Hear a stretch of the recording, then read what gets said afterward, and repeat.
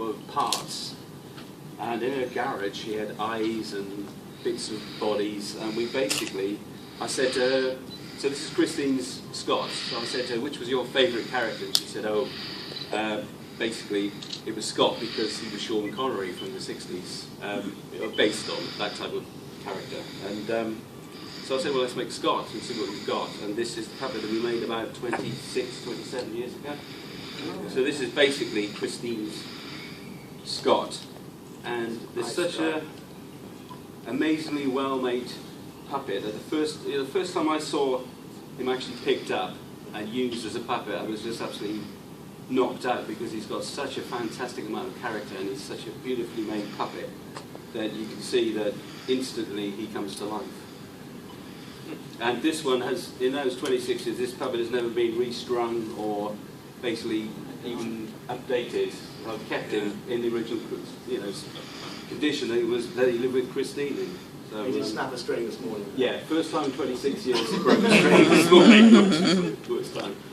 But yeah, Christine died a few years ago and he basically came to stay with me. So here he is. So you can see from this that you can get a performance. I mean, when you consider at the time that the puppeteers would basically have had 8-foot long wires for this puppet. The eyes work on the little rocker bar here, which gives you left and right, and obviously that's the arms. But basically, there are only three strings, these three, that give you all of the compound movement on the head and the body. So they're beautifully made.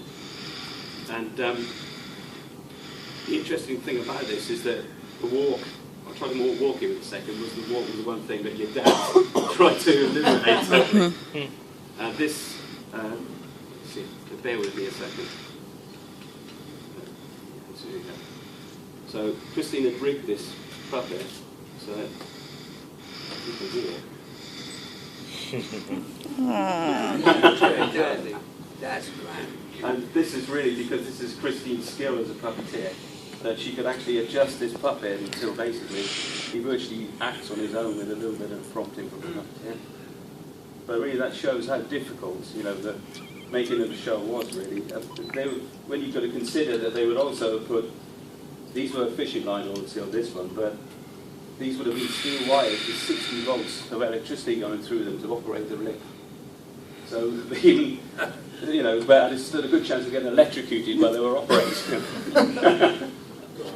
But yeah, it was a great privilege to work with Christine, and I really think that this is sort of an enduring. I don't know what you describe it as a real fondness for the puppets, and basically the fact that I don't think that they can ever be replaced with anything. Really.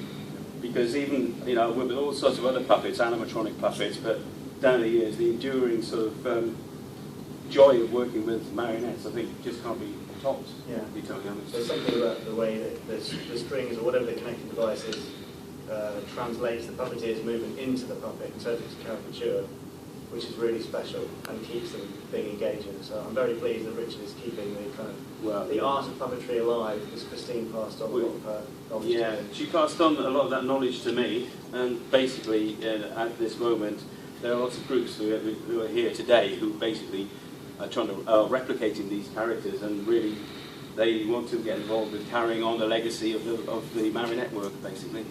And I think that's a really, really good thing, because the last thing that should happen, that this should ever be lost, as far as I'm concerned. So, yeah. It's a lovely technique.